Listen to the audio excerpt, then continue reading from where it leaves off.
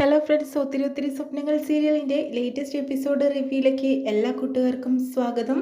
അങ്ങനെ തന്നെ നമ്മുടെ അബിയും അതുപോലെ തന്നെ നമ്മുടെ ശിവയും കൂടി ചെന്നിട്ട് ആ ഒരു ഡയറി എടുത്ത് നോക്കുകയാണല്ലോ ചെയ്യുന്നത്. അതായത് നമ്മുടെ വർഷയുടെ അതിൽ കുറേ കാര്യങ്ങൾ വർഷ എഴുതി വെച്ചിട്ടുണ്ട്. തൻ്റെ ഫ്രണ്ട്സിനെ കുറിച്ച്, വിവേകിനെ കുറിച്ച്, ശ്രീയേട്ടനെ കുറിച്ച്, അതുപോലെ വയനാട്ടിൽ നടന്നിട്ടുള്ള കുറച്ച് പ്രശ്നങ്ങളെക്കുറിച്ച്, അവൾ ഇന്ന് അഭിമുഖീകരിക്കുന്ന കുറച്ച് കാര്യങ്ങളെക്കുറിച്ചൊക്കെ എഴുതി വെച്ചിട്ടുണ്ട് കേട്ടോ. ആ സമയത്ത് അഭി ചോദിക്കുന്നുണ്ട്, ഇവളെന്തിനാണാവോ ഇങ്ങനെയൊക്കെ എഴുതി വെക്കാനുള്ള കാരണം എന്താണെന്ന് ചോദിക്കുന്നു. അതെനിക്ക് അറിയില്ലല്ലോ അഭി, എന്തോ ഒരു പ്രശ്നമുണ്ടെന്ന് പറഞ്ഞിട്ട് അവർ ആ വായന കണ്ടിന്യൂ ചെയ്തുകൊണ്ടിരിക്കുന്നു. ആ സമയത്ത് കാവേരി അവിടെ എത്തുന്നുണ്ട് കേട്ടോ.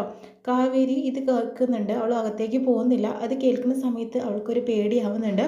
കാരണം തന്നെ ഞങ്ങളെക്കുറിച്ച് എന്തെങ്കിലും വർഷ ആ ഡയറിയിൽ എഴുതിയിട്ടുണ്ടോ എന്നൊരു സംശയം അവളിൽ വളരുകയാണ് കേട്ടോ ചെയ്യുന്നത്. അതേസമയം തന്നെ അവൾ കാവേരി പുറത്തേക്ക് വരുന്നു. എന്നിട്ട് ആരതിയോടും ശരത്തിനോടും കാര്യങ്ങൾ സംസാരിക്കുന്നു. ആ ഡയറിയിൽ വർഷ കുറച്ച് കാര്യങ്ങളൊക്കെ എഴുതി വെച്ചിട്ടുണ്ട്. അതെങ്ങാനും അവർ നമ്മളെക്കുറിച്ച് വല്ലതുണ്ടെങ്കിൽ അതാകെ പ്രശ്നമാവും. അതുകൊണ്ട് തന്നെ അവളെന്താ നമ്മൾ ചെയ്യേണ്ടത് എന്ന രീതിയിലായി. പക്ഷേ അതിൻ്റെ പുറകിൽ ആ സുഹൃത്തുക്കൾ, അതായത് ഫ്രണ്ട്സ് പോയിട്ടുണ്ടെങ്കിൽ എന്തായാലും നമ്മൾ പിടിക്കപ്പെടും എന്നുള്ളത് ഉറപ്പാണെന്ന് പറയുന്നു. ആരതിയാണെങ്കിലോ അതിനൊരു സൊല്യൂഷനുണ്ട്. കാരണം വർഷയ്ക്ക് തീരെ വയ്യാണ്ടാക്കുകയാണ് അതിനുള്ള സൊല്യൂഷൻ. അങ്ങനെയാണെങ്കിൽ അവരുടെ അടുത്ത് നിന്ന് ഈ ഫ്രണ്ട്സിന് മാറാൻ പറ്റാത്ത രീതിയിലാക്കണം. അങ്ങനെയാവുമ്പോൾ അവർ നമ്മുടെ പുറകെ വരില്ല എന്നൊക്കെയാണ് അവർ പറഞ്ഞുകൊണ്ടിരിക്കുന്നത്. അതെന്തായാലും അധിക ദിവസം വഴുകില്ല. ഞങ്ങൾ എന്തായാലും തീരുമാനിച്ചു കഴിഞ്ഞു. പഴയതിലും പറ്റ രീതിയിൽ തന്നെ കിടപ്പിലാക്കാൻ തന്നെ ഞങ്ങൾ തീരുമാനിച്ചു എന്നൊക്കെ. പക്ഷെ അവരുടെ ഉള്ളിലൊരു ഭയം ഉണർന്നിട്ടുണ്ട്. കാരണം എങ്ങനെയെങ്കിലും ന്യൂസ് പുറത്ത് ഇറങ്ങുമോ എന്നൊരു പേടിയുമുണ്ട് കേട്ടോ. അതിനുശേഷം തന്നെ നിരഞ്ജനയാണെങ്കിൽ ആ മരിച്ച ഒരു ആളുണ്ടായിരുന്നല്ലോ, അയാളുടെ വീട്ടിലെ ഷർട്ടിലൊക്കെ കത്തി ഒരു പീസ് എടുത്ത് വയ്ക്കുന്നുണ്ട്. അതുകൊണ്ട് തന്നെ ഇത് നമുക്ക് ടെസ്റ്റിൽ തെളിയിക്കണം എന്ന രീതിയിലൊക്കെ പറയുന്നുണ്ട്. പെട്ടെന്ന് നമ്മുടെ വിവേക് വിളിക്കുന്നുണ്ട് നിരഞ്ജനെ. അപ്പം നിരഞ്ജനയോട് ചോദിക്കുന്നുണ്ട്, നിരഞ്ജന നീ എന്നോട് ചോദിച്ചില്ലേ വർഷയുടെ അപകടത്തിൽ എന്തെങ്കിലും ദുരൂഹതയുണ്ടോ, ഫ്രണ്ട്സിന് അറിയുമോ എന്ന് ചോദിക്കുന്നുണ്ട്. ആ സമയത്ത് അവർ പറഞ്ഞു വർഷ ആരെയോ പേടിക്കുന്നുണ്ടായിരുന്നു എന്ന രീതിയിലൊക്കെ. ഞാൻ പറഞ്ഞത് സത്യം തന്നെയല്ലേ വിവേക്, എന്തോ ഒരു പ്രശ്നം ഇതിൻ്റെ പുറകിലുണ്ടെന്ന് തന്നെ നിരഞ്ജന പറയുന്നുണ്ട് കേട്ടോ. ആ സമയത്ത് നിരഞ്ജന വീണ്ടും ചോദിക്കുന്നുണ്ട്, ആ ഒരു സ്ഥലം എവിടെയെന്നൊക്കെ വർഷയെ പറഞ്ഞിട്ടുണ്ടോ എന്ന് ചോദിക്കുന്നുണ്ട്. അതും പറഞ്ഞിട്ടുണ്ട്. എന്നാൽ ആ ഒരു സ്ഥലത്തിൻ്റെ ലൊക്കേഷൻ എൻ്റെ ഫോണിലേക്ക് ഇന്ന് സെൻഡ് ചെയ്ത് വെക്കുകയെന്ന് പറയുന്നു. എന്തായാലും ഞാൻ ചെയ്യാം എന്ന് വിവേകിനും ഒരു ദുരൂഹതയായി. കാരണം വെച്ചിട്ടുണ്ടെങ്കിൽ വർഷയുടെ ആക്സിഡൻറ്റ് അത് മനഃപൂർവ്വമാണോ എന്നുള്ളതൊക്കെ സംശയമായി കേട്ടോ. അതിനുശേഷം രാഘവനെ ആണെങ്കിലോ നമ്മുടെ ശ്രീനാഥ് വിളിക്കുന്നുണ്ട് കേട്ടോ.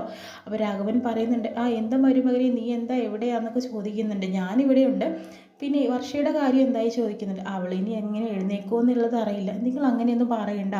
ഞാൻ ഇവിടുത്തെ ഒരു നാട്ടുവൈദ്യനെ കണ്ടിട്ടുണ്ട്. അയാൾ പറഞ്ഞു വർഷയെ ഇങ്ങോട്ട് കൊണ്ടുവന്നാൽ വർഷയുടെ അസുഖം ഭേദമാകുമെന്ന്. അത് ശരിയാണ്, എത്രയും പെട്ടെന്ന് നീ വന്നു, അല്ലെങ്കിൽ ആ വിവേക് അവളെയും കൊണ്ട് പോകുമെന്ന് പറയുന്നു. ഇല്ല, ഞാൻ ഇങ്ങോട്ട് വരികയാണെങ്കിൽ അത് വർഷയെ കൂട്ടിയിട്ട് തന്നെയായിരിക്കും എന്ന രീതിയിലൊക്കെ പറയുന്നുണ്ട് കേട്ടോ. പിന്നീട് കാണിക്കുന്നത് വർഷ രാത്രി പെട്ടെന്ന് അവൾക്കൊരു ചലനവും അവളുടെ സംസാരമൊക്കെ കേൾക്കുന്നുണ്ട്.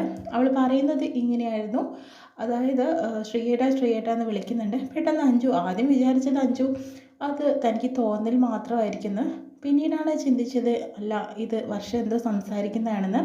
അപ്പോൾ ശ്രീയേട്ട എന്ന് വിളിക്കുന്നത് വളരെ വ്യക്തമായിട്ട് തന്നെ അഞ്ജു കേൾക്കുന്നുണ്ട് കേട്ടോ. ബാക്കിയുള്ളവരെയൊക്കെ വിളിക്കുന്നുണ്ട്. എന്ത് പറ്റി അഞ്ജു, ദേ ഇവള് സംസാരിച്ചു, ശ്രീയേട്ട എന്ന് വിളിച്ചുകൊണ്ടേയിരിക്കുന്നു എന്ന് പറയുന്നു. നീ കേട്ടത് തന്നെയാണ്, സത്യമായിട്ട് കേട്ടതാണ്, ഇവള് സംസാരിക്കുന്നുണ്ട്. നമുക്കിന്ന് ഒരു ദിവസം ഉറങ്ങണ്ട, ഇവളുടെ ചുറ്റും ഇരിക്കാം, അഥവാ ഇവൾ എന്തെങ്കിലും സംസാരിച്ചാൽ നമുക്ക് കേൾക്കാമല്ലോ എന്ന് 3 പേരും വിചാരിക്കുന്നുണ്ട്. അവരുടെ ഫ്രണ്ട് ആയിട്ടുള്ള തൻ്റെ സ്വന്തം വർഷ എങ്ങനെയെങ്കിലും സംസാരിക്കട്ടെ എന്നുള്ളത്. പിറ്റേ ദിവസമാണെങ്കിൽ അഞ്ച് ജോലിക്ക് പോകുന്നതിനിടയിൽ തന്നെ വിവേകിനെ വിളിക്കുന്നുണ്ട്. വിവേകിനോട് സംസാരിക്കുന്നുണ്ട് കേട്ടോ. എന്താണെന്ന് വെച്ചിട്ടുണ്ടെങ്കിൽ വിവേക് ഇന്നലെ രാത്രി വർഷം ഒന്ന് സംസാരിച്ചു എന്ന് പറയുന്നുണ്ട്. എന്താ അവൾ പറഞ്ഞതെന്ന് ചോദിക്കുമ്പോൾ ശ്രീയേട്ട എന്ന് വിളിക്കുന്നതായിട്ട് കേൾക്കുന്നു. 1-2 പ്രാവശ്യം ഞാൻ വ്യക്തമായി കേട്ടതാണ്. അപ്പോൾ അത് നന്നായി, വർഷയുടെ ഓർമ്മ തിരിച്ചു വരുന്നതിൻ്റെ ലക്ഷണമാണല്ലോ ഇതൊക്കെ എന്ന് വിവേക് സമാധാനപ്പെടുന്നു.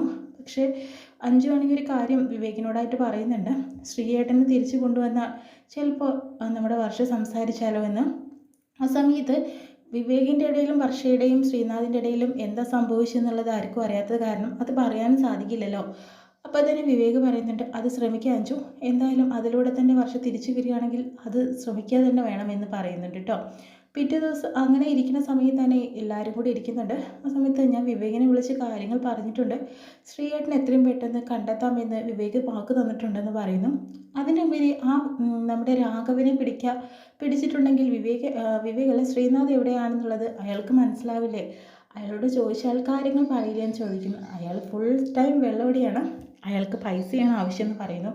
എത്ര വേണമെങ്കിലും കൊടുക്കാം, നമ്മുടെ കാര്യം നടക്കുമല്ലോ. ശ്രീയേട്ടൻ ഇങ്ങോട്ട് വന്നാൽ ചിലപ്പോൾ വർഷം ഉണർന്നാലോ എന്നൊക്കെ പറയുന്നുണ്ട്. എന്നാൽ പിന്നെ അങ്ങനെ ഒന്ന് ശ്രമിച്ചു നോക്കാമെന്ന് പറയുന്നുണ്ട് കേട്ടോ.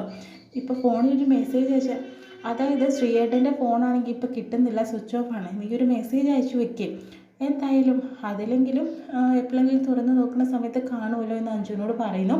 പെട്ടെന്ന് ആരതിയും അതുപോലെ രേവതിയും അങ്ങോട്ട് വരുന്നുണ്ട് കേട്ടോ. അതിനുശേഷം തന്നെ എന്താ അവിടെ സംഭവിക്കുന്നത് ചോദിക്കുമ്പോൾ, ഇന്നലെ രാത്രി വർഷം ഒന്ന് സംസാരിച്ചു, ശ്രീയേട്ട എന്ന് പറഞ്ഞ് സംസാരിക്കുന്നുണ്ടായിരുന്നു എന്ന് പറയുന്നു. അപ്പോൾ തന്നെ ഇവർക്ക് നല്ല ഞെട്ടലായി. ആ വർഷം സംസാരിച്ചും തുടങ്ങിയോ, ഇനി ഇവർ പിടിക്കപ്പെടുമോ എന്നുള്ള ഒരു ടെൻഷനും ആണ് കേട്ടോ ഇവർക്കുള്ളത്. അതിനുശേഷം തന്നെ ശ്രീയേട്ടനോ അതാരാണ് ചോദിക്കുമ്പോൾ, ശ്രീയേട്ടൻ ഇവളുടെ രക്ഷകർത്താവായിരുന്നു, ഇവൾക്കെല്ലാം ആയിരുന്നു അയാൾ, അതുകൊണ്ടാണ് അയാളുടെ പേര് വിളിച്ചതെന്ന് പറയുന്നു. ഇത് നല്ലൊരു സൂചനയാണല്ലോ.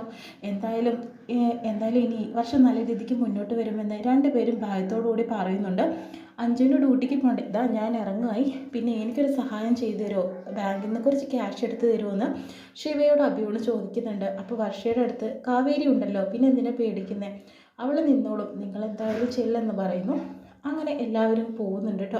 എന്തിനാണെന്ന് വെച്ചിട്ടുണ്ടെങ്കിൽ ആ ഇഞ്ചക്ഷൻ വർഷയിൽ വെക്കണം, അതിന് വേണ്ടി തന്നെയാണ്, എത്രയും പെട്ടെന്നാവട്ടെ എന്ന് ആരതി പറഞ്ഞിട്ട് പോകുന്നുണ്ട് കേട്ടോ.